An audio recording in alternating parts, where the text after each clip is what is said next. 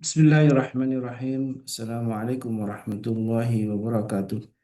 Waalaikumsalam warahmatullahi wabarakatuh. Alhamdulillahilladzi ja'ala al-Qur'an hudan wa rahmatan wa shifaan lil mu'minin. Asyhadu an la ilaha illallah wahdahu la syarika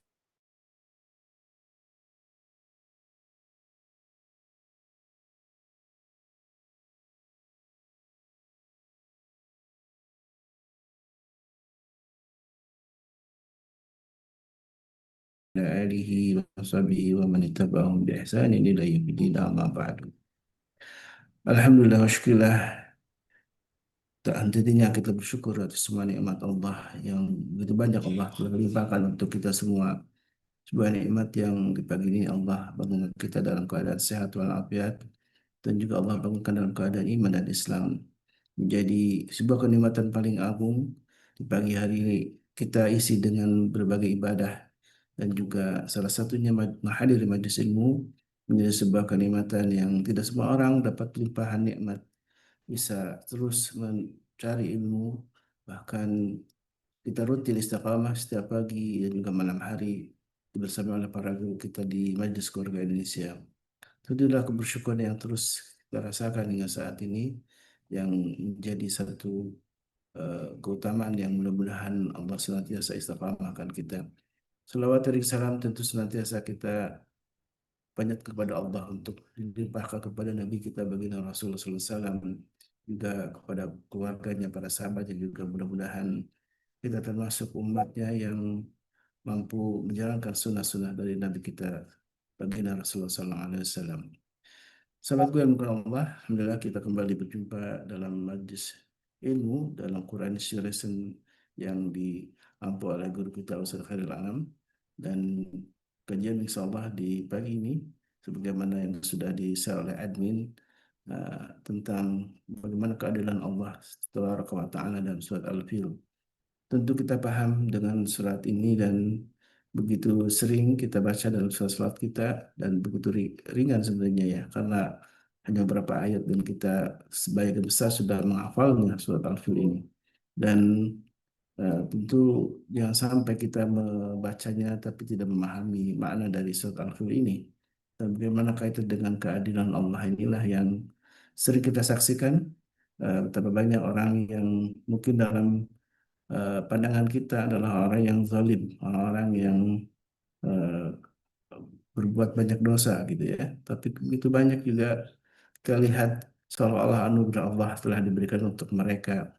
Mereka terus seolah mendapatkan satu kenikmatan duniawi, satu kejayaan gitu ya. Dan sedangkan orang-orang yang terzalimi, bahkan orang yang jujur, bahkan disingkirkan, bahkan tidak mendapat apapun, seolah-olah kita melihat mereka tidak dapat apapun di dunia ini. Dan tentu inilah yang insya Allah kita kembali akan bahas bersama Ustaz Khalil Alam, jadi sebuah hal yang sangat penting untuk kita pahami bagaimana kita memahami surat Al-Fil ini, surat yang begitu sering kita baca dan kita hafal, tapi mudah-mudahan dengan eh, bermulazamah di majelis ilmu di pagi hari ini, kita makin memahami surat Al-Fil ini berkaitan dengan keadilan Allah Subhanahu wa taala.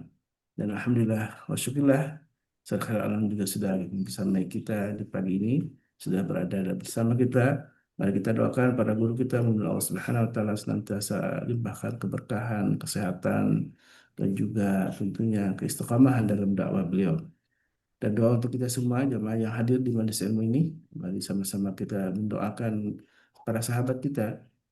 Mungkin ada yang sedang sakit, Allah segera angkat penyakitnya, ataupun ada yang sedang kesulitan, Allah segera eh, beri jalan keluar terbaik. Dan jangan lupakan pagi hari yang penuh berkah ini, kita isi dengan keberkahan hati kita dengan bersedekah. Sedekah pagi mudah-mudahan juga menjadi pelengkap amal-amal kebaikan yang kita lakukan di hari ini.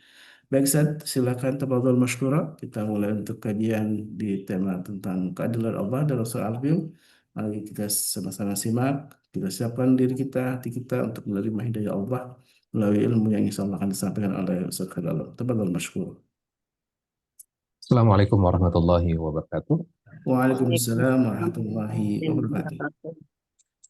أعوذ بالله من الشيطان الرجيم بسم الله الرحمن الرحيم الحمد لله رب العالمين لا إله إلا الله وحده لا شريك له وأشهد أن محمدا عبده ورسوله اللهم صل وسلم على نبينا ورسولنا محمد صلى الله عليه وسلم وعلى آله وأصحابه ومن تبعهم بإحسان إلى يوم الدين أما بعد.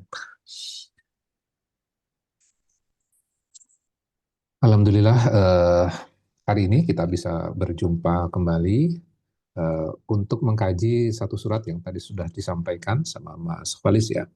Surat yang familiar dengan kita karena kita dari kecil sudah diajarkan surat ini ya, yaitu surat Al-Fil. Mungkin guru-guru kita sudah menceritakan kepada kita tentang surat Al-Fil ini ya. Ternyata pelajarannya sesungguhnya di dalamnya itu sangat dalam sekali. Nah, mungkin beberapa di antara kita juga fokusnya tidak kepada yang sebenarnya menjadi sebuah substansi di dalam surat Al-Fil ini. Nah, saya buka dengan sebuah pertanyaan dulu ya, untuk kita sama-sama merecall memori kita yang ada di alam bawah sadar kita tentang surat Al-Fil ini. Pertanyaan saya gini, surat Al-Fil ini tentang apa? Pasukan bergajah. Gajah, pasukan gajah. Pasukan gajah. Iya. Oke, ada lagi? Tentang kesombongan. Tentang kesombongan. Bukti kekuasaan Allah. Tentara Abraham. Abraham, bukti kekuasaan Allah. Tentang kesamaan Orang yang tubuhnya Usaha menyerang Ka'bah. Abraham menyerang azab Allah. azab Allah. Oke. Oke, jadi banyak variasi jawaban yang kita bisa dapatkan dari kita merecall kembali apa sebenarnya isi dari kandungan dari surat Al-Fil ini. Ya, memang tidak salah kita menjawab ini tentang pasukan bergajah, tentang Abraha dan segala macamnya. Tapi ada satu hal yang sebenarnya yang jadi fokus utama dan kadang kita tidak fokus ke sana karena sesungguhnya substansinya ada di dalam satu ayat yang menceritakan sebenarnya ini loh sebenarnya substansinya. Oke, kita buka sama-sama ya. A'udzubillahi minasyaitonirrajim. Bismillahirrahmanirrahim. Alam taro kaifa fa'ala rabbuka bi ashabil fil. Terjemahannya apa? Tidakkah engkau Muhammad Tidakkah engkau Muhammad perhatikan bagaimana Tuhanmu telah bertindak terhadap pasukan bergajah? Oke. Perhatikan baik-baik. Alam taro kaifa fa'ala rabbuka bi ashabil fil. Kita lihat satu-satu ya. Alam taro artinya apa? Apakah engkau tidak memperhatikan? Nah, kalau kita mendapatkan pertanyaan seperti ini, apakah engkau tidak memperhatikan? Kita memperhatikan atau tidak sebenarnya? Tidak. Tidak. Kita mikir yang lain nih. Kita Iya. mikir yang lain dan kita tidak memperhatikan ini. Maka dibuka dengan sebuah pertanyaan, apakah kamu tidak memperhatikan? Bisa saja kita memperhatikan, tapi fokusnya bukan ke arah sana tuh. Maka pertanyaan ini sebenarnya menggugah kesadaran kita sebenarnya. Ya. Apakah kita tidak memperhatikan? Memperhatikan apa sih sebenarnya? Maka lanjutannya adalah, apa yang harus kita perhatikan? Kaifa fa'ala rabbuka. Apa yang harus kita perhatikan? Bagaimana Allah bertindak. Jadi yang diperhatikan apa? Tindakan Allah. Tindakan Allah. Allah. Oh, nggak salah menjawab tentang pasukan bergajah, tapi esensinya, substansinya bukan itu. Tindakan Substansinya apa? Substansinya adalah bagaimana Allah bertindak. Itu loh sebenarnya. Nah, perhatikan baik-baik susunan kalimatnya. Kaifa fa'ala rabbuka. Rabbukanya memang ada di belakang. Rabbu itu adalah subjeknya sebenarnya, karena endingnya dengan doma. Itu yang dikenal dalam struktur kalau kita belajar bahasa Arab itu sebagai rofanya. Rofa itu adalah subjeknya. Maka ketika menerjemahkan itu digeser ke depan. Jadi susunan kalimatnya menjadi subjek, kata kerja, dan keterangan. Ya, subjeknya apa? Bagaimana Allah bertindak? Bagaimana Allah? Kemudian kata kerjanya bertindak. Keterangannya apa? Terhadap pasukan Bi ashabil fil, dengan pasukan bergajah. Jadi kalau kita melihat struktur kalimat ayat pertama ini, berarti fokus diri kita harusnya kemana? Bagaimana Allah Allah bertindak. Ya. ya kan Allah. Sedangkan pasukan bergajah itu sifatnya adalah keterangan. Bisa dipahami sampai di sini? Ya. Bisa.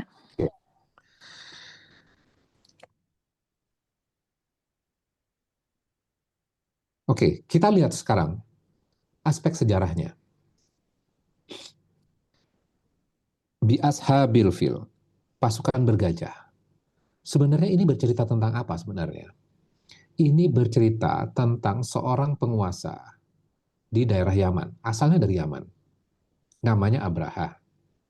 Abraha ini siapa? Penguasa pada saat itu. Kemudian dia mendirikan sebuah rumah ibadah, mendirikan gereja. Dan harapannya apa? Semua orang beribadahnya, fokusnya menujunya kepada rumah ibadah yang baru dibangun ini. Namun orang-orang masih tetap aja ibadahnya kemana? Ke Ka'bah. Maka Abraha yang mendapatkan informasi ini, itu marah. Kenapa orang beribadah ke sana? Ya udah dihancurin aja. Ditambah lagi, ketika ada rencana dari Abraha ini menghancurkan Ka'bah, maka ada orang yang mendengar informasi ini, dia marah karena akan menghancurkan Ka'bah. Maka dia mendatangi rumah ibadah yang dibangun oleh Abraha ini, kemudian membuang kotoran di situ. Maka tambah marahlah. Maka Abraha dari negerinya membawa pasukan, termasuk di dalamnya pasukan bergajah, untuk misinya hanya menghancurkan Ka'bah saja. Tidak ingin memerangi bangsa Arab, tapi tujuannya untuk apa? Menghancurkan Ka'bah. Ya. Kemudian dalam perjalanannya ada beberapa suku kabilah yang berusaha untuk mencegah dan melawan. Namun gampang ditaklukkan karena pasukannya tidak besar. Kemudian kepala sukunya itu dijadikan tawanan dan penunjuk arah. Karena pada saat itu kan belum ada GPS ya, belum ada Google Map, belum ada Waze. Jadi penunjuk arahnya dari mana? Orang yang tahu. Kepala suku yang Ya. ditahan itu untuk menunjukkan Ka'bah itu di mana, Mekah itu di mana. Ya. Nah, kemudian akhirnya sampailah dekat ke Ka'bah itu, kemudian beberapa pasukan itu sudah maju duluan dan merampas semua aset-aset yang dimiliki oleh Quraisy pada saat itu. Dan salah satu aset yang dirampas adalah 200 unta yang dimiliki oleh kakek Nabi, yaitu Abdul Muthalib. Dirampas semuanya 200 ini. Kemudian setelah dirampas, Abdul Muthalib yang tahu siapa yang ngambil, pasukannya siapa, maka dia mendatangi Abraha untuk melakukan negosiasi. Ketika melakukan negosiasi, kakek Nabi ini punya karisma yang luar biasa. Kan ada orang-orang yang memiliki karisma ya, ketika datang saja orang sudah noleh semuanya. Kita kagum dengan orang itu, wajahnya memancarkan sesuatu. Nah, ketika melihat Abdul Muthalib ini, Abraha itu sangat kagum sekali. Dipersilahkan masuk untuk menghadap, kemudian berbicara, berdialog, bernegosiasi. Maka Abraha mengatakan, aku tidak akan memerangi kaummu. Tujuanku cuma satu saja. Kita pengen menghancurkan Ka'bah. Kemudian jawaban Abdul Muthalib adalah, saya datang ke sini untuk melakukan negosiasi lepaskan 200 unta. Yang sudah dirampas itu adalah milik kami. Nah, mendengar jawaban ini, Abraha yang tadinya kagum kepada sosok dari Abdul Muthalib ini tiba-tiba ilfil karena mendengar jawabannya. Kamu itu luar biasa, perawakannya luar biasa, harismatik. Tapi kok urusannya cuma 200 unta saja. Padahal rumah ibadahmu kami akan hancurkan. Kalau urusan unta gampang, aku akan berikan itu 200 unta itu. Terus jawaban Abdul Muthalib seperti ini. Unta-unta itu pemiliknya adalah kami, aku. Tapi rumah ibadah itu ada pemiliknya. Biarin pemiliknya yang akan mengurusnya sendiri. Itu jawaban Abdul Muthalib. Jadi ketika pasukan Abraha mau maju menghancurkan Ka'bah itu, kaum Quraisy itu tidak berperang dan tidak menghalangi. Tidak menghalangi. Mereka pergi ke atas bukit. Untuk melihat apa? Untuk melihat peristiwa yang akan terjadi. Nah, kemudian Abraha masuk, tinggal di depan mata saja Ka'bah itu, pasukan gajahnya dipersiapkan. Tiba-tiba gagal. Pertanyaannya kan gini ya. Bisa nggak Allah menghentikan pasukan bergajah ini dari negerinya, yaitu Yaman? Bisa. Bisa. Bisa. Kalau bisa, kenapa Allah biarkan pasukan bergajah itu sampai mendekat ke Ka'bah? Menunjukkan kekuasaan Allah. Biar Belajar. musuhnya berpikir. Kira-kira kenapa? Berarti Allah punya maksud lain. Wallahu a'lam ya, paling gampang tuh jawabannya. Allah yang tahu betul. Allah bisa. Tapi kan sekarang kita lagi proses belajar ya. Jadi kita coba menggali dulu. Kenapa ya Allah biarkan Abraha itu kelihatannya step by stepnya dari negerinya, negerinya yaitu Yaman, berjalan, terus berjalan, kelihatannya berhasil. Tapi kenapa Allah nggak hancurkan dari depan saja? Ini kan juga pertanyaan pada diri kita juga kan sebenarnya. Kenapa ya yang curang itu malah kaya, yang zolim dipuja, yang jahat terus naik, sementara yang jujur dihina, yang baik dijatuhin, betul nggak? Iya. Iya. Kadang kita ingin bertanya sama Allah, ya Allah, keadilanmu sebenarnya di mana sih? Kenapa orang-orang yang jujur, yang baik malah dihina, disingkirkan, sedangkan orang yang zolim, curang, jahat terus bisa naik? Karena proses Jawabannya sebenarnya ada di dalam surat Al-Fil. ini. Kenapa? Karena pertanyaan-pertanyaan tadi kita itu sesungguhnya bukan kejadian baru. Karena dulu ada tokoh yang namanya Abraha, yang dia datang dari Yaman bawa pasukan gajah. Tujuannya apa? Hancurkan Ka'bah. Dan Allah biarkan dia berjalan dari jauh sampai nyaris menghancurkan Ka'bah. Balik lagi ke pertanyaan kita tadi, kenapa nggak dihancurin dari awal sih? Betul nggak? Ya. Allah biarkan Abraha itu naik seolah akan berhasil. Allah biarkan Abraha itu percaya diri yang luar biasa sampai ke titik puncak. Setelah sampai ke titik puncak, sudah bisa melihat Ka'bah, misinya akan berhasil, kemudian Allah turunkan kehancuran pakai cara yang paling hina. Bukan dilawan dengan tentara. Bukan pasukan gajah dilawan pasukan gajah, bukan. Tapi dengan burung kecil, bawa batu kecil dan selesai. Itu yang terjadi. Kalau misalnya dihancurkan mulai dari negerinya, kira-kira ada kisahnya nggak? Tidak. enggak. Nggak. Ya udah, kita nggak tahu ya, ada yang berniat menghancurkan, kan kita nggak tahu.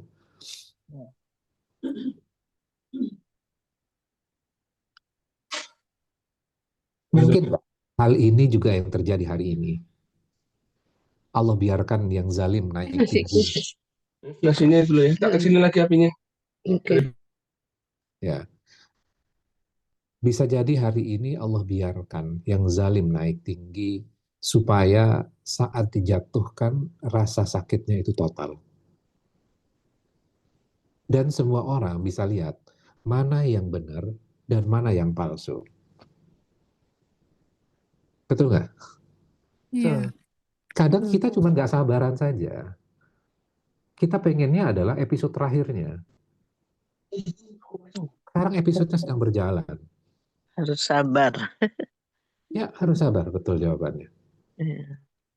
Kan kemarin ada ya yang ketangkap di OTT ya. Iya.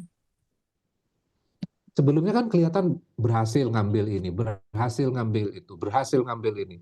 Seakan-akan punya power yang luar biasa, nggak ketahuan ngambil ini lagi, memeras ini lagi. Dan terus terjadi. Kenapa Allah biarkan ya? Kalau kita di episode tengah-tengahnya atau episode awal, kita mempertanyakan keadilan Allah pada saat itu. Tapi melalui surat Al-Fil ini kita belajar sesuatu. Allah biarkan yang zalim itu naik tinggi supaya saat dijatuhkan rasa sakitnya itu total. Lagi power-powernya, lagi berkuasa-berkuasanya tiba-tiba dijatuhkan. Iya. Itu jauh lebih menyakitkan. Dan akhirnya semua orang bisa lihat kok. Allah pengen menunjukkan mana yang benar, mana yang palsu. Dan Allah pengen lihat sebenarnya siapa yang sabar dalam kebenaran. Jadi kalau kita merasa lelah melihat ketidakadilan, sabar. Kadang Allah menunda bukan karena lupa, tapi karena Allah sedang menyiapkan hukuman yang paling keras. Jadi kalau kita baca surat Al-Fil ini, jadi tenang nggak sebenarnya? Tenang. Iya. Cuman biasanya kan kita baca surat Al-Fil itu kan karena pendek aja kan, Iya. dan sudah hafal dari kecil gitu lah. Tanpa melihat kembali sebenarnya maknanya ternyata dahsyat sekali. Jadi tetaplah kita semuanya itu tetap berada di jalan yang benar. Walaupun kebenaran itu saat ini sunyi. Tetap jujur, walau direndahkan. Karena kalau Allah sudah turun tangan, yang paling kuat pun bisa dikalahkan oleh yang paling lemah. Bisa terjadi nggak?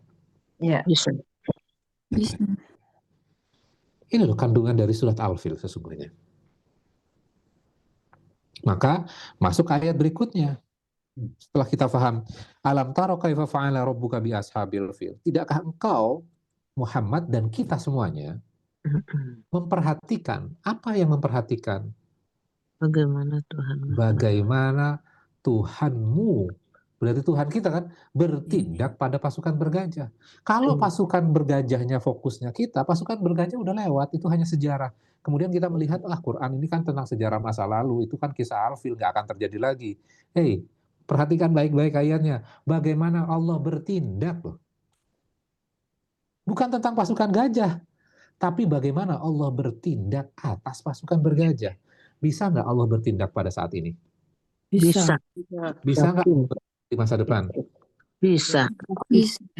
Berarti sebenarnya alam taro ini tentang apa sebenarnya? Tauhid. Menjelaskan tentang kekuasaannya Allah. Orang yang sangat powerful, tidak terbayangkan bisa dijatuhkan, yaitu Abraha. Ternyata Allah jatuhkan dengan cara yang paling hina. Maka masuk ayat kedua. Alam yaj'al kaidahum fi tadlil. Bukankah Allah dia telah menjatuhkan tipu daya mereka itu dengan sia-sia? Gampang buat Allah menjatuhkan itu. Wa arsala alaihim tayran ababil. Dia mengirimkan kepada mereka burung yang Berbondong-bondong. gak besar burungnya, lebih besaran gajahnya. Tarmihim bihijaratin min sijil, yang melempari mereka dengan batu dari tanah liat yang dibakar. Faja'alahum ka'aswim ma'kul, sehingga mereka dijadikannya seperti daun-daun yang dimakan ulat. Selesai episodenya.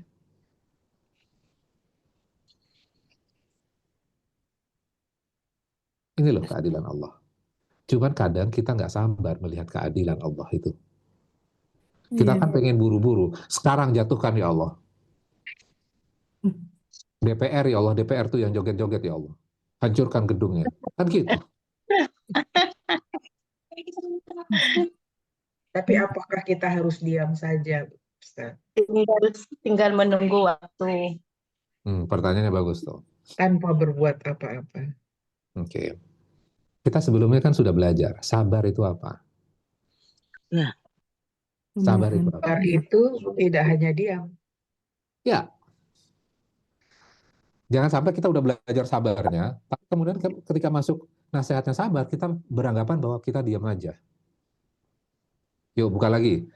Kita lihat supaya nggak lupa. Surat Al-Baqarah 153 ya.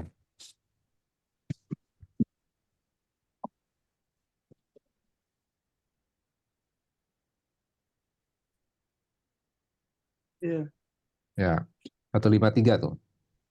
Ya ayyuhalladzina amanu sta'inu bis-sabri was-shalah. Wahai orang-orang beriman, mintalah pertolongan kepada Allah dengan sabar dan salat. Innallaha ma'as sabirin, sesungguhnya Allah bersama orang-orang yang sabar. Satu ayat setelahnya. Wala taqulu liman yuqtalu fi sabilillahi amwat bal ahya'u walakin la tash'urun. Dan janganlah kamu mengatakan orang-orang yang terbunuh di jalan Allah Mati. mereka telah mati. Sebenarnya mereka hidup tetapi kamu tidak menyadarinya. Kemudian ayat 155, وَلَنَبْلُوَنَّكُمْ بِشَيْءٍ مِّنَ الْخَوْفِ وَالْجُوعِ وَنَقْصٍ مِّنَ الْأَمْوَالِ وَالْأَنفُسِ وَالثَّمَرَاتِ وَبَشِّرِ الصَّابِرِينَ. Dan pasti kami akan menguji kamu dengan sedikit ketakutan. Terjadi nggak sekarang? Jadi. Kekurangan harta, terjadi nggak? Kekurangan jiwa, kekurangan buah-buahan,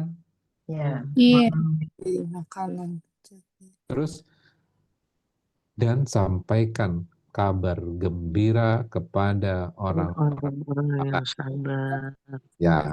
Nah, apakah sabar itu menerima? Kok tiba-tiba ayat 154 yang tadinya 153-nya tentang minta pertolongan kepada Allah dengan sabar dan sholat, tiba-tiba 154 kok tentang orang yang berjihad kepada Allah. Dan 155 tentang sabar lagi. Wah, ini beda topik dong. Enggak, itu enggak beda topik. 154 itu tentang orang yang berjihad kepada Allah, sesungguhnya masih dalam bab sabar karena diapit dua ayat yang berurutan sekaligus tentang sabar. Loh, logiknya gimana? Karena sebelumnya kita selalu berpikir sabar itu adalah menerima, nerimo. Ya kan? Itu definisi kita. Tapi setelah kita belajar Quran, definisinya nggak gitu. Lepaskan definisi itu, pakai definisinya Quran. Allah sedang memberikan contoh, sabar itu yang tertingginya adalah jihad di jalan Allah. Itu loh puncak sabar. Jadi, apakah sabar itu diam aja? Tidak. Tidak.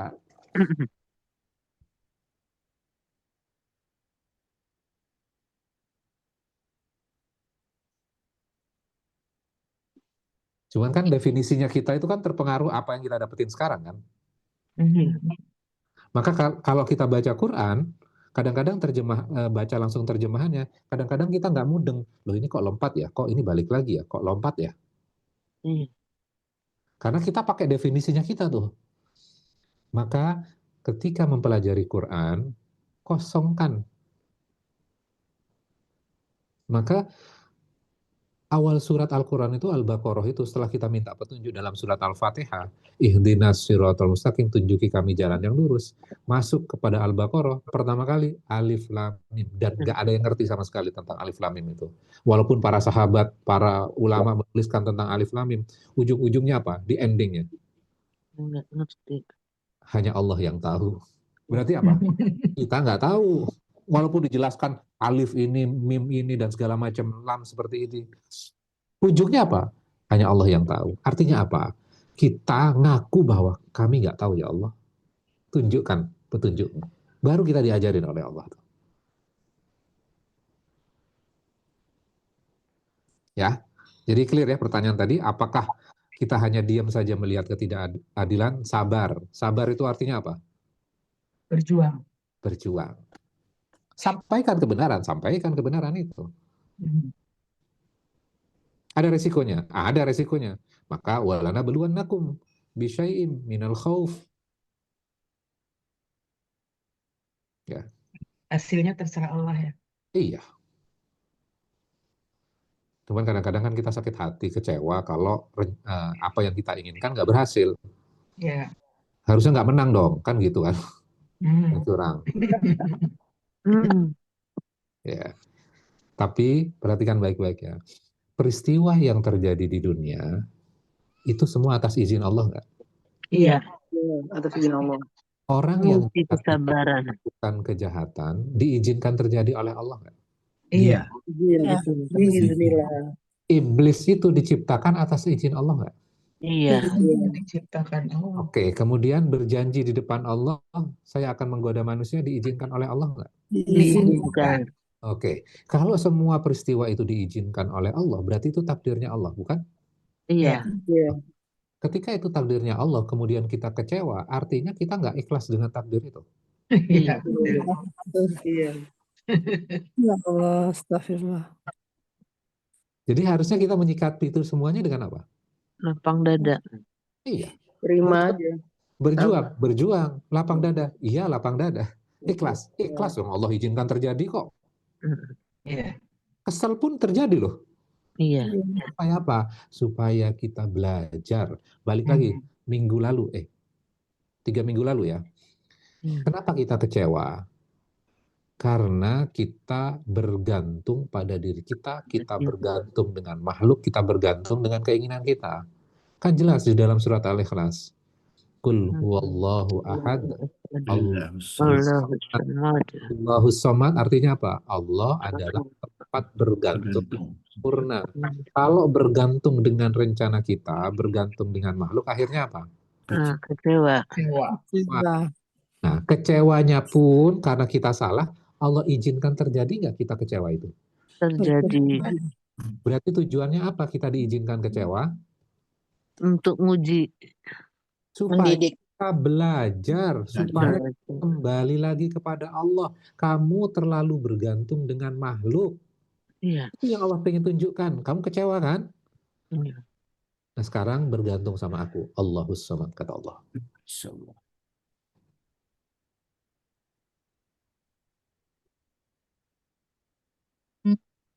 Ya. Iya. Oke. Novil. Luar biasa. Pendek, padat, hafal kita dari kecil. Cuman kita miss point aja. Nggak salah jawabannya. Ya.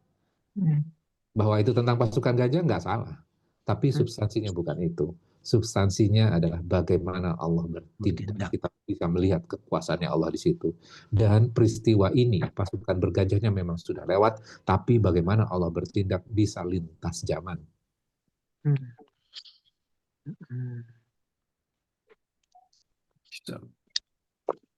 Ya.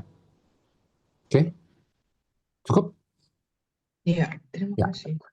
Sebagai pengantar lagi nanti sebenarnya surat Al-Fil ini akan nyambung sebenarnya dengan surat Quraisy. Ya, surat Quraisy itu tentang apa?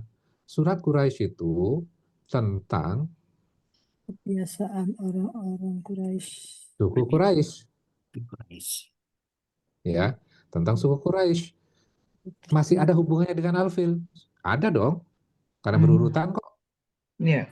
Pasti ada hubungannya. Ketika tadi historinya, asbabun nusulnya, Quraisy itu sesungguhnya membela Ka'bah atau enggak? Iya. Iya. Waktu itu sama Abraha tidak membela ya? Dia penjaga Ka'bah. Ya. Pada saat Abraha maju ke depan, nggak ada yang berperang melawan Abraha. Pergi ke atas bukit, dibiarkan. Namun Allah berikan nikmat kepada mereka. Mereka tetap menjadi juru kunci Ka'bah. Bahkan Abdul Muthalib mendapatkan kedudukan yang lebih istimewa dibandingkan sebelumnya. Karena orang berasumsi, berpikiran, ini gara-gara Muthalib, doanya Abdul Muthalib. Maka luar biasa keagungan dari suku dari Quraisy pada saat itu. Maka li'ila fi Quraisy, karena kebiasaan orang-orang Quraisy, ila fihim rihlatash syita'i was-shaif, yang mereka itu kebiasaannya berdagang bepergian dari pada musim dingin dan musim panas. Musim dingin panas berdagang. Profesi orang-orang Quraisy itu apa? Dagang, Pedagang. Pedagang atau petani? dagang. Pedagang. Dagang. Nah, mereka bisa berdagang musim panas dan musim dingin. Kita bisa bayangkan ya, kalau kita lagi umroh musim dingin, dinginnya kayak apa?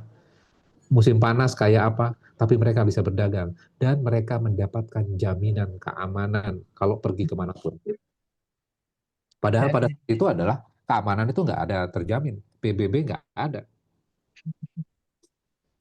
Perampok banyak. Rampok banyak. Jadi kalau di tengah jalan bawa uang banyak, modal bisa dirampok. Pulang bawa barang banyak, dirampok juga. Quraisy enggak. Kenapa? Karena di Ka'bah itu banyak berhala-berhala. Tuhan-Tuhan bagi setiap kabilah-kabilah suku. Melanggar nggak ini? Melanggar ajaran Allah nggak? Ya. Sebetulnya melanggar. Melanggar. Melanggar. Melanggar. Dibangun oleh siapa Ka'bah itu? Nabi Ibrahim. Ibrahim. Ibrahim bersama Ismail. Ajarannya apa? Tauhid. Islam. Tauhid. Tauhid. Kenapa banyak berhala? Berhala itu dulu orang-orang soleh yang disembah supaya permohonannya sampai kepada Allah. Oke, betul. Akhirnya banyak berhala kan? Ada sosok soleh di situ, ditaruh di situ, melalui orang ini saya mendekat kepada Allah, kan gitu kan? Iya. Awal sejarahnya. Kemudian akhirnya jadi berhala-berhala. Generasi berikutnya udah deviasi agamanya, inovasinya udah 10%, 10%, 10%. Akhirnya lama-lama jadi 100%. Yang awalnya tauhid bergeser. Ya. Terus Allah mengingatkan, "Falyabudu rabb hadzal bait." Maka sembahlah Allah, Tuhan pemilik rumah tua itu, rumah Ka'bah itu. Ini teguran nggak buat orang Quraisy? Iya. Salah nggak mereka? Salah. Mereka salah. Salah. Mereka melihat nggak peristiwa pasukan bergajah? Lihat. Melihat. Maka nyambung kan? Alam taro kaifa fa'ala rabbuka. Apakah kamu tidak melihat? Apakah kamu tidak ngerti? Apakah kamu tidak paham? Bagaimana Allah bertindak? Kenapa di Ka'bah itu kamu izinkan banyak berhala? Berarti kamu nggak belajar. Kamu nggak belajar, kamu nggak memperhatikan, kamu nggak paham, kamu itu nggak ngerti. Maka Allah berikan penekanan. Falyabudu rabb hadzal bait. Maka sembahlah Tuhan pemilik rumah ini. Kamu kan nggak membelanya pada saat itu kan? Iya. Siapa yang membelanya? Aku sendiri. Maka yang harus kamu lakukan, sembah aku. Sesederhana itu aja sebenarnya agama itu. Kamu lihat sendiri, kamu melihat dengan mata kepala kamu sendiri. Generasi belum berganti, kamu sudah ganti ajarannya. Maka pada tahun itu Nabi Muhammad dilahirkan. Karena saya dapat pertanyaan, Nabi Muhammad ketika pasukan bergajah ini, apa yang dilakukan oleh Nabi? Ya Nabi nggak melakukan apa-apa karena belum lahir kan?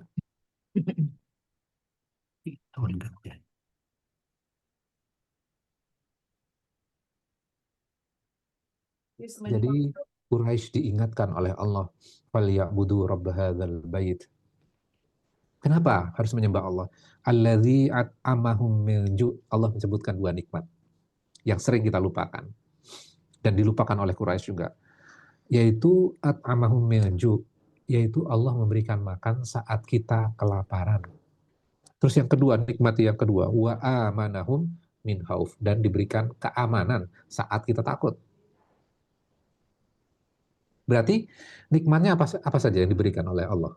Satu, makan. Yang kedua, aman. Bukankah ini faktor yang fundamental buat manusia? Sekarang kita cek Ya. pada diri kita. Kita sehari makan berapa kali? 3. 3. Sudah makan 3 kali sehari, kita masih komplain kepada Allah, ya Allah, kenapa saya mendapatkan rezeki yang sedikit, ya Allah, rezekinya kurang, ya Allah. Padahal lo diberikan makan.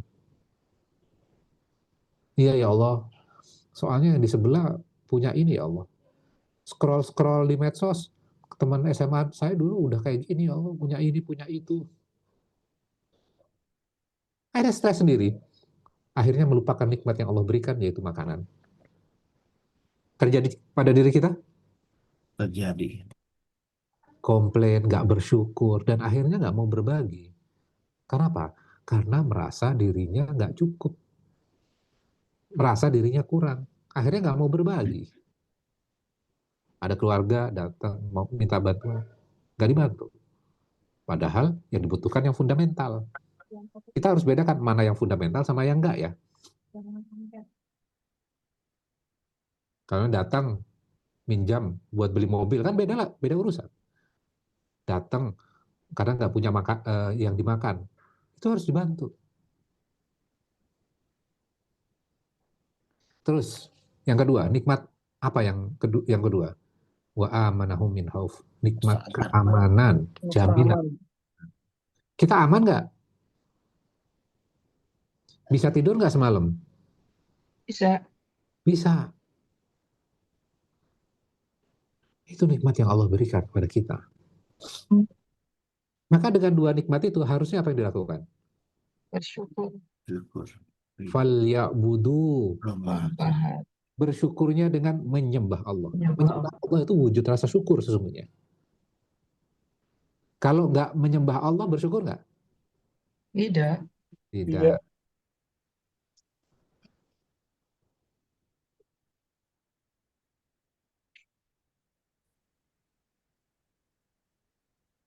Ya, jadi nyambung. Quraisynya juga udah selesai akhirnya. Maka beberapa ulama ketika membaca surat Al-Fil dan surat Quraisy itu tidak dipisahkan dengan membaca Bismillahirrahmanirrahim lagi. Karena beranggapan bahwa itu menjadi satu Jadi kesatuan. satu. Karena kan memang berhubungan ya surat Al-Fil sama surat Quraisy.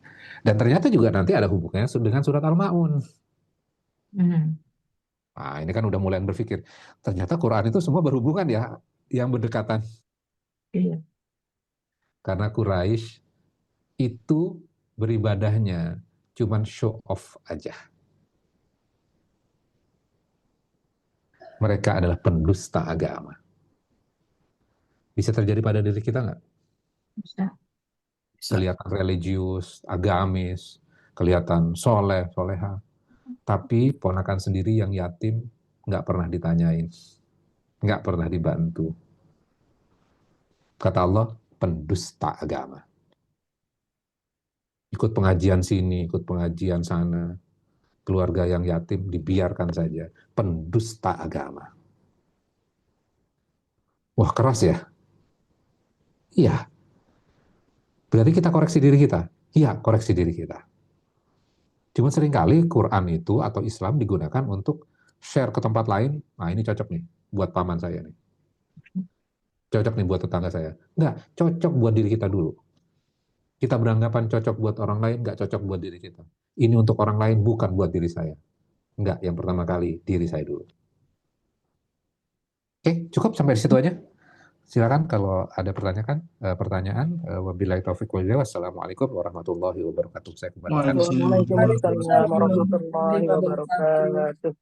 Masya Allah ya, ternyata memang jadi dalam kita memahami surat Al-Fil ini tidak hanya kita mendapatkan kisah tentang Ashabul Fil gitu ya, tentang pasukan bergajah dan Abraha. Bagaimana Abraha dihancurkan oleh Allah melalui burung ababil katanya begitu ya, dalam sebuah kisah yang juga disebutkan dalam Al-Quran Karim. Namun ternyata kita kita memahami memaknainya tidak sebatas kisah saja. Ternyata ada tadi makna utama yang ada dalam surat ini, yaitu di ayat pertama tentang bagaimana Allah bertindak terhadap orang-orang yang durhaka, dan tindakan Allah tentu berlaku sampai saat ini saja. Ya. Kita yang tidak sadar dengan apa yang dilakukan Allah, karena memang di ayat lain disebutkan kan indah kayak dimati. Sesungguhnya rencana Allah itu sangat kokoh, sangat kuat, dan kita tidak tahu bagaimana Allah akan bertindak misalkan terhadap Zionis Israel saat ini, Ustaz ya. Jadi Ya, eh, tapi saya sempat ingin, silakan jamaah yang ingin mempersiapkan pertanyaannya, sambil nanti saya juga akan bertanya ke Ustaz sambil menunggu jamaah yang bertanya, yang mungkin resen. Saya akan mengkaitkan Ustaz dengan kisah kita yang saat ini kita saksikan di Baitul Maqdis gitu ya, ketika Israel berusaha akan bahkan menguasai Gaza gitu kan, bakal menyingkirkan penduduk Gaza. Apakah apa yang dikatakan, karena akhirnya kan endingnya akan menguasai Baitul Maqdis ya, dan itu sebagai sebuah ending ketika mereka akan mendirikan kerajaan, katanya Kru Sulaiman gitu ya, mengangkat kembali hadirnya kekuasaan apa namanya Zionisme ini. Nah, apakah kemudian kalau Abdul Muthalib kan, ya ini kan Ka'bah milik Allah gitu kan, ada pemiliknya.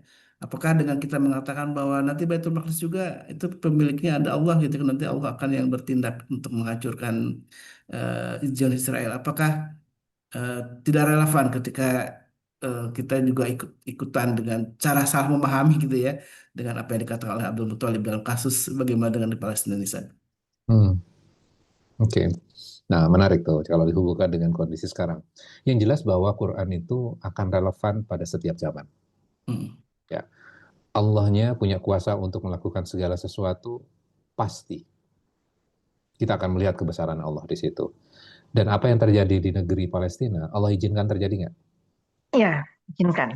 Terjadi. Waktu itu kita juga pernah bahas perjuangan pejuang-pejuang Palestina itu, yang mereka hafiz Quran, mereka sangat tauhidnya sangat kuat sekali. Ketika mereka dibombardir, kemudian mereka dibunuh, anak dipisahkan dari orang tuanya dengan kondisi badan yang hancur gitu ya. Itu kan peristiwa yang sangat menyedihkan buat orang tua. Ya. Dan kita melihat peristiwa itu sebagai sebuah peristiwa yang tidak layak untuk dilakukan.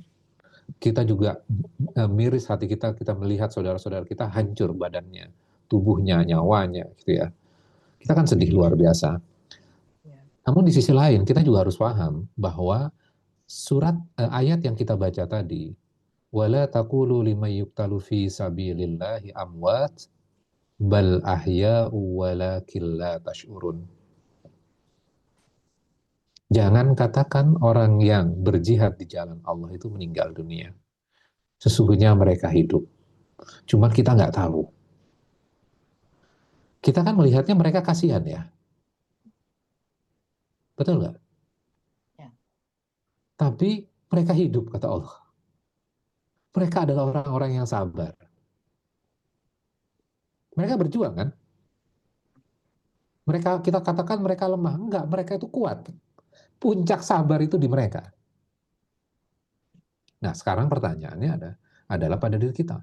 Kita sabarnya di mana sekarang? Apakah kita membantu? Apakah kita punya power? Apa yang harus kita lakukan terlebih dahulu gitu ya? Kenapa sih kayaknya Islam itu lemah banget? Kita cek aja sekarang. Umat Islam paham Qur'annya atau tidak? Kalau dulu generasi sahabat, mereka paham Quran nggak? Kalau ada sebuah peristiwa terjadi, mereka mengatakan, ini seperti ayat ini ya. Langsung referensinya tuh Quran loh. Coba sekarang kita cek deh, yang di jamaah sini aja gitu ya. Ketika peristiwa terjadi gitu ya, kita referensinya ngelihat, oh ini Quran nggak? Wah, Allah sedang membuat planningnya nih. Wah, dahsyat nih Allah nih. Kita melihat itu atau enggak?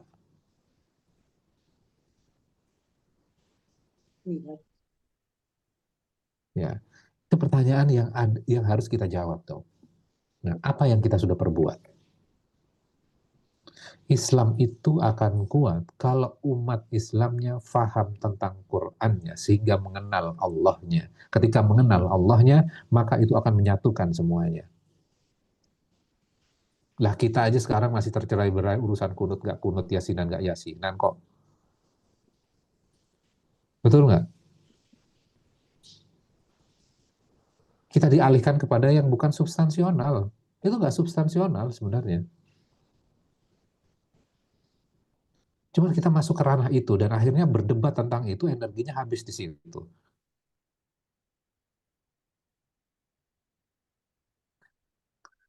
Kadang-kadang kita udah sampai di sini, Mas Solis.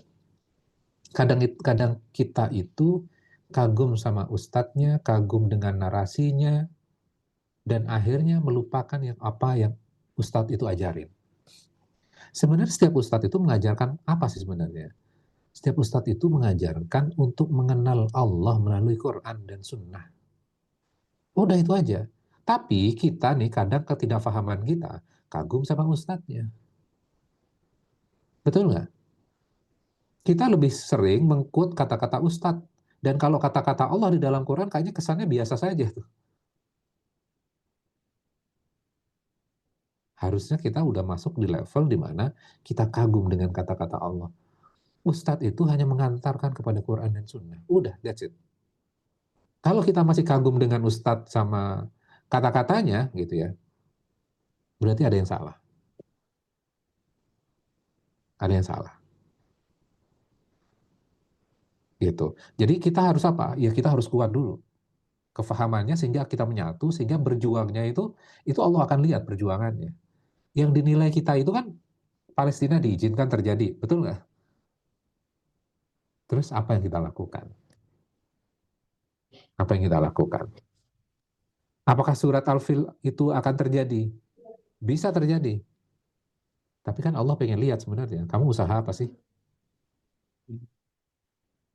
Gitu, kira-kira. Baik, Ustaz. Ini sudah ada yang resen. Sebelum saya bacakan pertanyaan di chat, saya persilakan lebih dulu yang mau langsung ya. Ini Bunda Nadia sudah resen. Silakan Bunda Nadia. Ya, Assalamualaikum warahmatullahi wabarakatuh. Assalamualaikum. Ustadz, betul yang Ustadz katakan tadi, bahwa orang kadang-kadang menyenangi Ustadznya. Nah, seperti saya ini melihat atau mendengar Ustadz berbicara itu, oh iya, oh gitu, oh jadi nangkap gitu. Nah, itu kan cara Allah ya Ustadz ya. Nah, saya minta tipsnya step by step supaya tidak ketergantungan juga dengan satu ustadz. Misalnya dalam membaca ini kan tadi dijelaskan sama ustadz yang di luar kalimat di sini gitu. Jadi maksudnya biar kita step by step bisa memahami sendiri meskipun ustadz tidak menjelaskan seperti tadi. Gitu. Terima kasih Ustadz. Assalamualaikum. Oke, Masya Allah. Oke, bagus tuh. Jadi gimana caranya? Ya, stepnya adalah satu, mulai dengan membaca Quran plus terjemahannya. Itu dulu.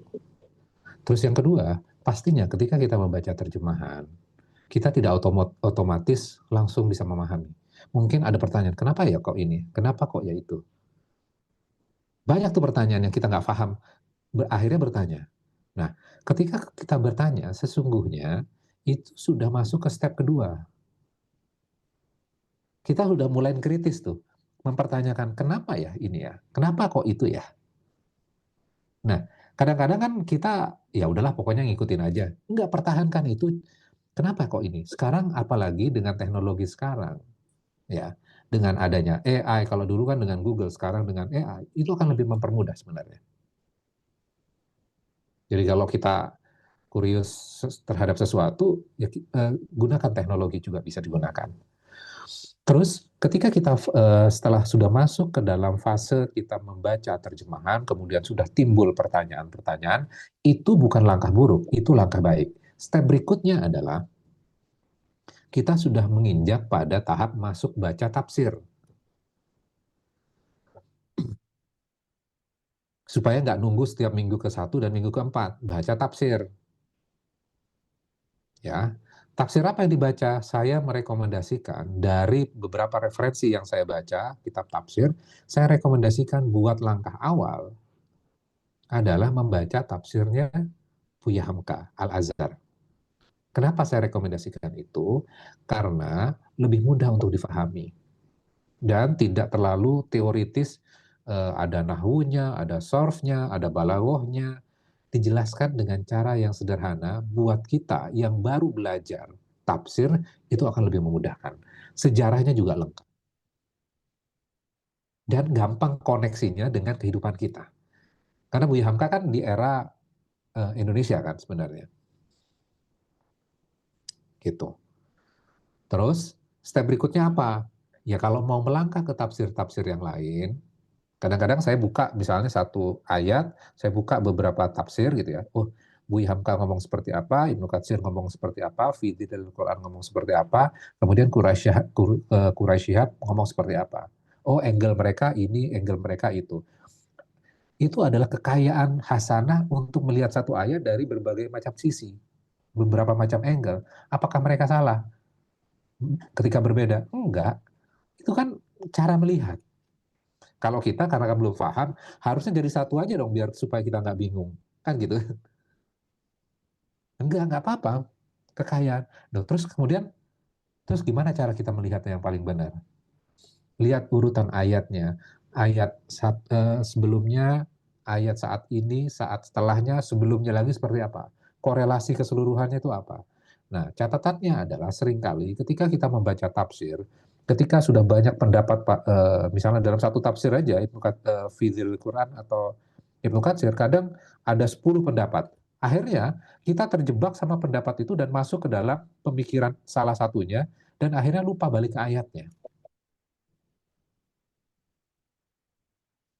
Makanya ketika ngaji seperti sekarang ini, fokusnya kepada ayatnya. Bahwa yang diajarkan kata-kata yang tadi yang disampaikan kata-kata saya misalnya nggak ada di dalam surat itu atau ayat itu kan penjelasannya saja.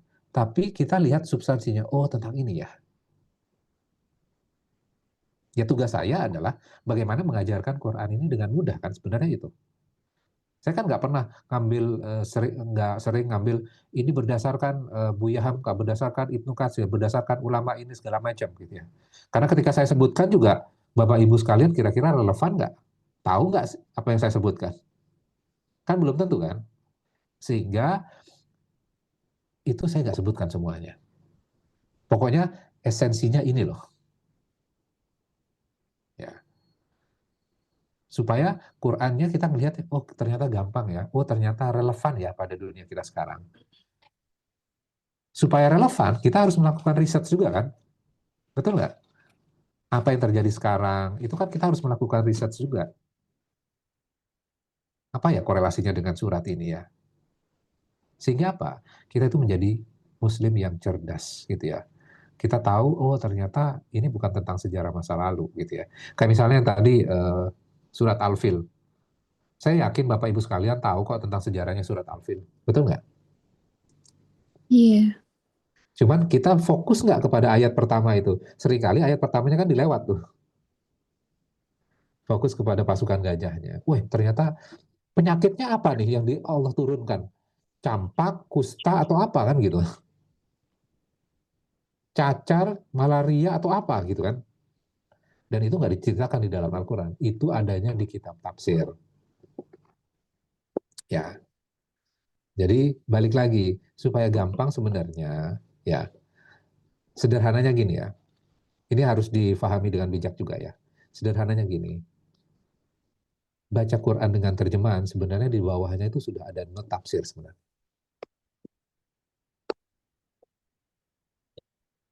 Itu udah cukup sebenarnya. Cuman kan kalau supaya kita lebih luas lagi, ya kita memang harus baca referensi tafsirnya.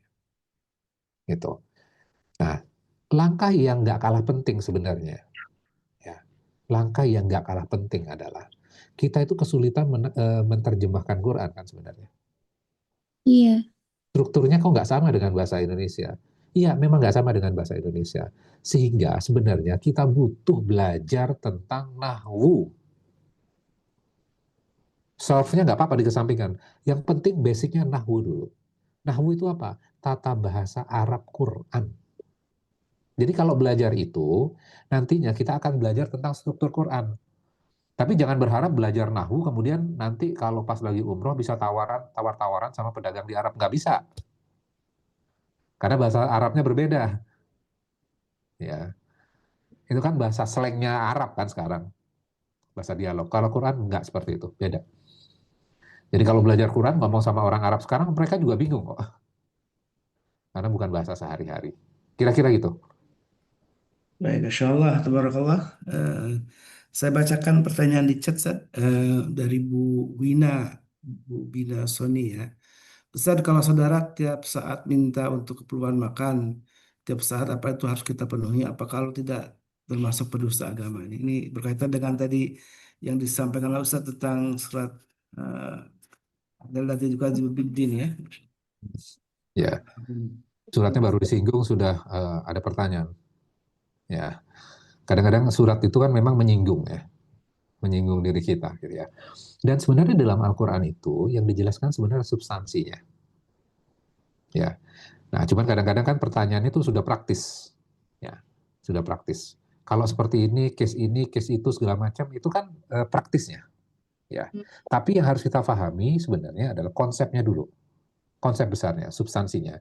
Setelah kita paham substansi ini, baru sebenarnya ini akan jadi landasan kita berpikir ini benar atau enggak.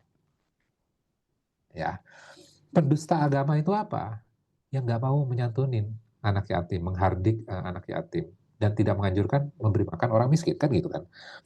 Itu mereka itu adalah pendusta agama. Mereka sholat, celaka mereka, tapi lalai dalam sholatnya. Ya, berarti kan harusnya terkoneksi dengan Allah, kemudian terkoneksi juga dengan makhluk yang lain, manusia. Nah, kalau kita tidak mau memberikan, berarti dianggap pendusta agama. Betul nggak? Oke. Kemudian setelah, ini teknisnya sekarang. Ini konsepnya. Kita harus paham bahwa orang yang religius itu bukan hanya ritual ibadah, tapi peduli impact-nya kepada makhluk yang ada di bumi. Bukan kepada Allah saja yang di atas, tapi juga makhluk yang di bumi. Itu adalah agama. Kalau melanggar salah satunya, maka dianggap pendusta agama. Nggak mau ngebantu, pendusta agama. Nah, ini konsepnya. Nah, kalau misalnya kita udah bantu nih, kemudian orang itu ngeyel, ini teknis. Kok malah ketergantungan? Nah, itu kan adjustment dari kita kan. Kamu udah mulai kayak gini nih, saya mau ajarin sesuatu. Boleh nggak? Boleh. Itu kan seni kan sebenarnya cara berhubungan. Saya kasih modal aja gimana? Cara dagang seperti ini. Kalau misalnya nggak mau ngikutin, ya mohon maaf, kita nggak bisa bantu. Boleh nggak? Boleh. Itu cara ngajarin. Tapi di dalam hati kita pengen niatnya sebenarnya membantu. Ya, itu kan seninya. Maka nanti masuk dalam ranah fikihnya. Nah, cuma kan pertanyaan kita kan seringkali, fikihnya ini gimana Ustaz? Saya langsung masuk ke kategori ini, saya dosa atau tidak, kan gitu kan? Ntar dulu, jangan masuk ke sana dulu. Kita belajar fundamentalnya dulu. Fondasinya dulu Ustaz ya. Fondasinya dulu. Setelah fondasinya kuat, maka sebenarnya akan lebih memudahkan sebenarnya. Ulama-ulama besar dunia itu, ulama-ulama kita itu, fondasinya dulu dikuatkan, baru masuk ke fikihnya. Ini loh, ini yang boleh ini. Nah, kalau kita pengen, ya udah deh Ustadz, ini saya dosa atau enggak nih kalau kayak gini kasusnya. Jadi pengen Teknisnya masuk, itu ya. udah pengen saripatinya. Pesannya pokoknya apa, kesimpulannya apa. Maka sekali lagi tuh saya ulangi, seringkali akhirnya kita kagum dengan sosok, kagum dengan kata-kata, tidak kagum dengan Allahnya. Maka yang terjadi kan gini ya, kayak misalnya, ini bukan menyinggung salah satu ustadz ya, kayak misalnya dulu kita, ibu-ibu itu kan sangat kagum dengan A.A. Gym, betul nggak? Iya. Ya, pokoknya A.A. Gym kemana, terus dia ajak foto-foto di mana-mana gitu ya. Kita flashback ya, pada era itu orang foto sama Agim ditaruh di depan di rumahnya, di ruang tamu segala macam, betul nggak? Iya. Wah ini sosok yang luar biasa segala macam gitu ya. Terus ada sebuah peristiwa yang terjadi, akhirnya orang marah semuanya, mendakwahkan tentang keluarga, ternyata kawin lagi kan gitu kan, marah luar biasa, dipecahin foto-fotonya. Pertanyaannya adalah, saya nggak ngomongin tentang Agim ya, ada yang salah nggak sebenarnya pada diri kita? Ada, karena kagum sama sosok Ustadz. Ya. Nanti ganti lagi era Abdul Somad, rame lagi. Wah ini sosok yang luar biasa segala macam.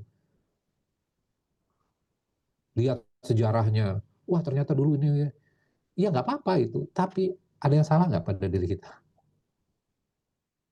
Ada. Ya, harusnya kagumnya kita itu yang mereka ajarkan yaitu Allahnya,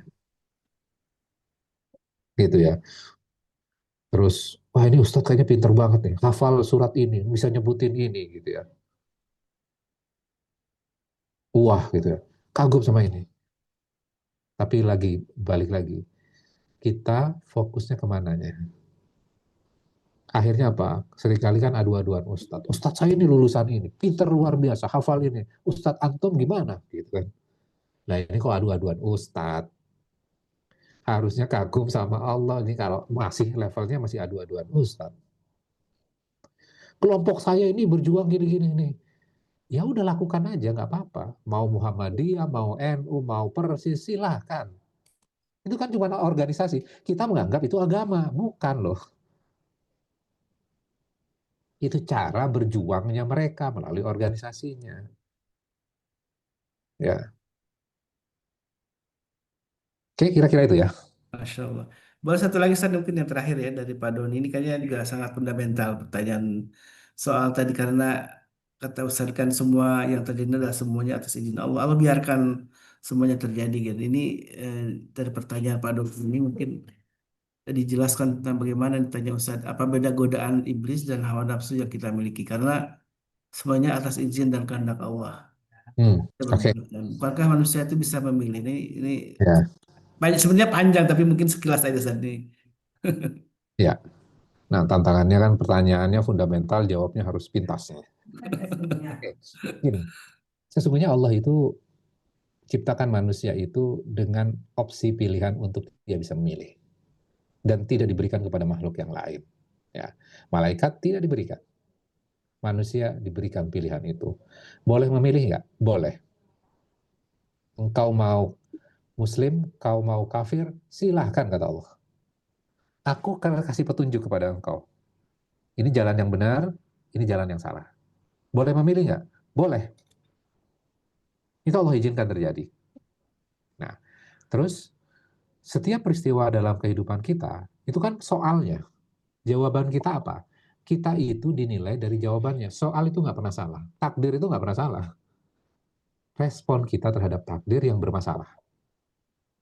Nah, terus gimana cara kita membedakan itu nafsu kita dan bisikan? Ya, sebelumnya kita udah belajar tuh. Mulai dari surat Al-A'raf, kemudian surat Al-Falaq dan surat An-Nas ya. Ya, saya udah berikan beberapa contoh apa itu godaan. Kayak misalnya eh, kita dibuat ragu oleh setan, iblis, untuk ragu-ragu terhadap diri kita. Saya nggak mampu. Kamu emang siapa sih? Kamu anak kampung. Kamu bukan orang pinter. Kamu bukan anak kiai. Kamu nggak bisa paham Quran. Itu godaan atau bukan? Kita berasumsi itu diri kita. Bukan. Itu adalah bisikan. Kemudian kadang-kadang kan gini ya. Aduh, seandainya dulu saya tidak mengambil keputusan itu. Jadi sakit hati nggak kita? Iya. Ya, seandainya dulu saya sama dia, mungkin keluarga saya akan lebih bahagia dibandingkan dengan istri saya yang sekarang. Itu diri kita atau itu bisikan? Tercetus pertama kita, tapi habis itu bisikan masuk pada diri kita. Akhirnya apa? Menjadi action, menjadi kejahatan. Terjadi perselingkuhan. Itu ada peran iblis? Ya, ada perannya. Maka apa yang harus kita lakukan? A'udzubillahi minasyaitonirrajim. Minta perlindungan kepada Allah. Dan kadang juga kita ragu tentang masa depan. Aduh nanti dengan kondisi ekonomi seperti ini nanti saya di PHK. Nanti saya makan apa ya?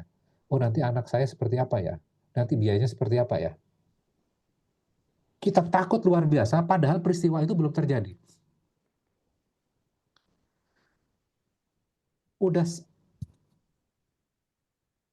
udah kecewa sebelum gagal. Kan ada orang yang seperti ini ya. Kecewanya belum, sakit hatinya udah siap-siap. Itu kan keterlaluan sebenarnya. Belum terjadi, tapi kita udah sakit hati dulu, iri hati lebih dahulu. Padahal belum terjadi sama sekali. Wah, nanti saya dimarahin. Dimarahinnya juga belum, tapi rasa takutnya sudah masuk. Itu bisikan. Padahal Allah sudah tolong kita berkali-kali sampai hari ini. Masih bisa makan kan tadi? 3 kali. Aman kan? Maka kita dibuat lupa atas itu semuanya. Ya, itu adalah bisikan. Membedakannya gimana? Sulit loh membedakannya. Kita berasumsi itu adalah pendapat kita. Ternyata itu bisikan. Maka langkah yang paling gampang sebenarnya, dan Allah sudah berikan tuntunannya, baca surat Kul, 3 surat itu. Kul huwallahu ahad, kul a'udzu birabbil falaq, sama kul a'udzu birabbin nas. Itu proteksi yang aman, itu garansi. Cuman garansinya bukan zikir cuman di lisan ya, tapi harus dengan tingkat kesadaran dan masuk ke dalam hati. Ya Allah, aku hanya bergantung kepadamu, aku minta perlindungan kepadamu, dan seterusnya. Kira-kira itu. Mudah-mudahan bisa Baik. menjawab ya. Iya. Dan ini bagian dari zikir pagi petang saja Ya, yang betul. baca, dan saya teringat juga salah satu doa di zikir pagi petang itu adalah memohon untuk min syarri nafsi wa syarri syaiton wa syirki, ya, dari keburukan diriku dan juga keburukan setan dan juga pasukannya. Mudah-mudahan Allah Subhanahu wa taala jaga kita semua, jangan sampai kayak iblis tadi yang dalam surah Al-A'raf tadi saja, dia melimpahkan kesesatan dianya itu kepada Allah, karena engkau telah menyesatkanku, seolah-olah yang dia lakukan itu adalah karena kehendaknya Allah gitu kan. Ya. Walaupun memang pada akhirnya semuanya adalah atas kekuasaan Allah, tentu kita sudah diberi pilihan oleh Allah Subhanahu wa taala dengan jalan yang benar, menaik jalan yang salah. Mudah-mudahan kita tidak seperti iblis yang menyalahkan Allah ya dengan semua apa namanya kelakuannya iblis itu. Masih ada Mm-mm. yang resen satu, Ustaz. Gimana nih? Kenapa? Ada yang masih raise hand ingin bertanya satu lagi? Silakan. Ya, silakan. Ini yang terakhir ya dari Budian Bekasi, silakan. Ya, Assalamualaikum warahmatullahi wabarakatuh. Waalaikumsalam. Kenapa? Ustadz, kalau kita dizolimi kan kita harus berusaha gitu loh. Maksudnya kayak kita sekarang nih merasa kita dizolimi oleh contohnya pejabat-pejabat pemerintah gitu.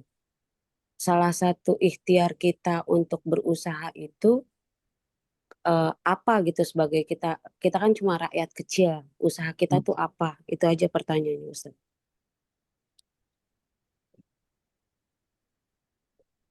Oke. Ini levelnya udah bernegara nih.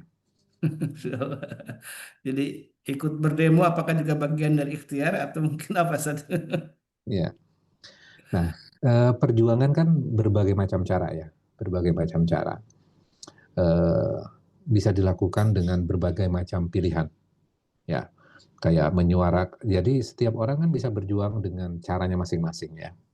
Apakah jadi ada panduan secara besarnya nggak? Ya tinggal panduan dari ulama aja nantinya kan seperti itu. Bergeraknya ke arah mana. Cuman kadang-kadang kalau ulamanya menggerakkan, ulamanya yang disikat kan.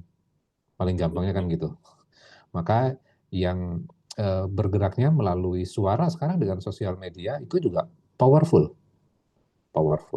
Yang tadinya kasus itu nggak didengar, akhirnya menjadi didengar. Artinya apa? Ini dengan adanya sosial media, suara kita kan jadi terdengar. Kalau nggak viral, didengar nggak? Nggak didengar. Artinya apa? Ya jangan apa namanya itu bisa dimanfaatin sebagai salah satu cara gitu ya. Ada yang kerja di media, ya bisa berjuang di medianya. Ya kalau nggak punya media, suarakan itu. Ya kan banyak orang yang membuat cuman VT di TikTok aja jadi viral, jadi ini masalah jalan misalnya kezoliman. Ya contoh yang sederhana aja misalnya pajak 250% yang di Pati. Kalau itu nggak viral, kira-kira nggak ditayangkan di TV nasional, nggak tayang di sosial media, kira-kira akan berubah nggak keputusan 250% itu? Enggak biasanya. Iya. Jadi kan kita punya power. Jadi silahkan kalau mau berjuang, sampaikan, ya sampaikan. Tapi mengikuti tuntunan Quran. Kadang-kadang kan memperjuangkan tapi kata-katanya kasar. Iya. Jadi melanggar lagi. Ya sampaikan saja kebenarannya. Kayak misalnya saya kemarin dengar bentar kaitannya dengan pajak, ada apa namanya, salah satu yang mengusulkan selama ini yang kena pajak itu kan yang kelihatan, ya, yang kelihatan, yang gajinya kelihatan, itu kan kelihatan semuanya, betul nggak? Orang yang kerja ada slip gajinya itu kan kelihatan, paling gampang dipajaki. Tapi ada yang di arus bawah yang nggak kelihatan, yang suka memanipulasi. Harusnya itu yang dikejar karena angkanya lebih besar. Malah yang patuh dipajakin terus, sedangkan yang nggak patuh tetap dibiarkan. Nah, ini kan narasi yang disampaikan menurut saya itu narasi yang baik juga gitu loh. Supaya membuka wawasan kita. Kalau enggak, akhirnya yang di permukaan terus yang kena gitu ya. Nah, itu kan berjuangnya seorang yang punya ilmu. Ya, Mas Solis senyum-senyum udah tahu nih idenya siapa. Jadi silakan saja berjuang, sampaikan di setiap level. Yang jelas jangan sampai diam saja, berjuang di levelnya masing-masing. Masya Allah ya. Jadi kayak memancing ikan di lautan kata tadi kan, yang bisa diambil yang di permukaan aja, tapi ikan-ikan besarnya yang di bawah malah nggak tersentuh saja. Iya. Sebuah ilustrasi tentang betapa memang begitulah katakanlah nasib kita gitu kan di negeri ini. Tapi Tapi mudah-mudahan Allah Subhanahu wa taala jaga kita semua, dan tentu doa itu yang jangan sampai dilupakan, karena doa adalah silahul mukminin, senjata orang beriman. Kita doakan para pemimpin kita mudah-mudahan istiqomah ya, menjaga amanah gitu kan, menjaga amanahnya dengan baik. Dan tentu jangan lupa juga orang tua kita kan sebagai orang tua mempunyai anak, siapalah anak-anak kita yang juga mudah-mudahan kelak akan menjadi para pemimpin di negeri ini dan pemimpin yang baik gitu ya. Dan bekal akidahnya tentunya. Sama ini Mas Olis kan. Kan ada yang komen tuh bagus tuh. Bisa juga gini ya Ustadz katanya. Kalau kita dizolimin mungkin cara tiket masuk surga melalui pintu orang dizolimi ya. Kalau orang dizolimi kan doanya terkabul, ya minta surga. Iya, Ustaz. Terus tabungan amal jadinya ya, Ustaz ya. Baik, alhamdulillah, syukurlah, jazakallah khairan Ustaz Khairul Alam yang sudah bersama kita sejam lebih ya. Masya Allah, tabarakallah. Mudah-mudahan ilmu yang disampaikan oleh beliau menjadi amal jalan untuk beliau juga dan untuk kita semua. Alhamdulillah kita sudah mendapatkan intisari dari apa yang dibahas oleh beliau, dan di surat yang sangat kita hafal cuma 5 ayat dan sangat sering kita baca dalam salat kita barangkali ya, tapi surat Al-Fil ternyata memberikan sebuah inspirasi tentang bagaimana Allah bertindak, dan ketika itu sudah dilakukan maka sesungguhnya kita makin yakin, mungkin beriman kepada Allah Subhanahu wa taala dengan semua keagungannya, dan inilah yang mudah-mudahan menjadi bagian yang kita pelajari. Mohon maaf ada pesawat lewat kayak ini. Jadi suaranya masuk. Baik, alhamdulillah, jazakumullah khairan katsiran kepada jamaah yang kita sudah berinfak fisabilillah. Mudah-mudahan ini bagian dari perjuangan kita untuk terus menegakkan kajian-kajian ilmu yang alhamdulillah setiap pagi kita rutin melakukan kajian-kajian ilmu dengan para guru kita di MKI. Nah, Ustaz Khairul Alam memang jadwalnya satu dan di minggu pertama dan keempat saja ya, Masya Allah. Dan kata Ustaz Khairul Alam jangan nunggu di minggu pertama dan empat ya kalau belajar Al-Quran, terus dengan cara-cara yang tadi sudah dijadikan dijelaskan panduannya. Dan alhamdulillah di MKI juga ada kajian-kajian tentang fikih, kajian-kajian tentang ruqyah juga, ada tentang ekonomi Islam, ada juga tentang sejarah. Jadi alhamdulillah kita sudah dilengkapi oleh kehadiran para guru kita, dan ada tadabbur Quran juga di setiap malam bersama Tuan Guru Separuh Pagi. Jadi alhamdulillah saat pagi maupun malam ini ada kajian sebenarnya. Jadi kalau kita ingin mengisi rohani kita dan juga pengetahuan kita tentang agama ini, alhamdulillah sudah ada fasilitasnya dari MKI, dan silakan untuk yang baru bergabung barangkali ya, untuk terus mengikuti kajian-kajian ilmu, dan silakan share juga untuk jamaah-jamaah yang lainnya, untuk sahabat-sahabat semuanya, tetangga, kerabat kita. Mudah-mudahan dengan wasilah kebaikan itu Allah akan juga berikan pahala untuk kita semua. Alhamdulillah wa syukurillah. Mari kita tutup dengan doa kafaratul majlis. Subhanakallahumma wa bihamdika asyhadu an la ilaha illa anta astaghfiruka wa atubu ilaik. Hadana wa iyyakum. Assalamualaikum warahmatullahi wabarakatuh. Waalaikumsalam warahmatullahi wabarakatuh. Jazakallah. Allah اللهم ارحمنا بالقرآن واجعله لنا إماما ونورا وهدى ورحمة. اللهم ذكرنا منه ما نسينا وعلمنا منه ما جهلنا وارزقنا تلاوته آناء الليل وأطراف النهار واجعله لنا حجة يا رب العالمين.